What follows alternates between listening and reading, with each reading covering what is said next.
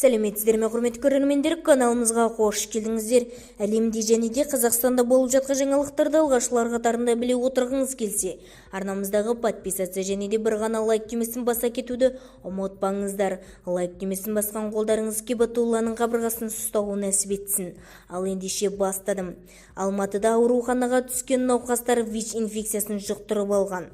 Қаладағы орталық ауруханада ОИТВ оң мәртебесі бар 3 жағдай анықталып отыр.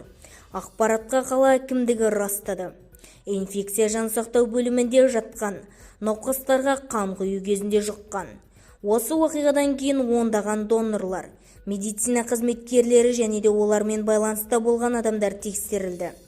Комиссия жұмысының қорытындысы бойынша тексерілген адамдардың барлығының нәтижесі теріс болды.